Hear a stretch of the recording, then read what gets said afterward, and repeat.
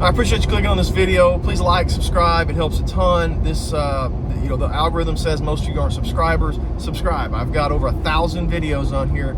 There's going to be stuff every week coming out. I appreciate you watching and clicking on this one. Go check out the eBay store. It's linked down below. Lots of cool stuff on there for deer hunters.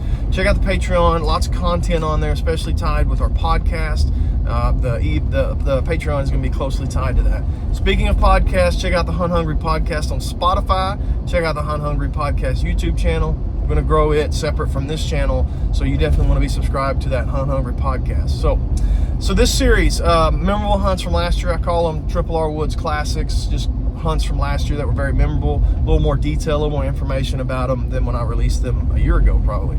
So the first one, or this one, I'm going back to this bedding area on public land where I hunted and I saw some of the biggest bucks that I've ever seen in my life on the hoof. And I go back to this place a lot throughout the year. I see a lot of deer there. On this particular day, I sneak in like a ninja and get up the tree, super quiet, not see anything. All of a sudden, 30 minutes or so, I don't remember exactly, into the hunt, a buck and a doe stand up in these cattails, and I just watch them play chase, and, you know, in the rut for an hour or so. It's just crazy to watch. It's really cool just seeing this buck just constantly chasing this doe. Just a neat hunt. So go check that out. Watch this video, enjoy. I think it's a neat experience. I really enjoyed this spot. I will be in this spot for the early season this year. You can put money on that. Appreciate you watching. Like, subscribe, stick around, enjoy the video.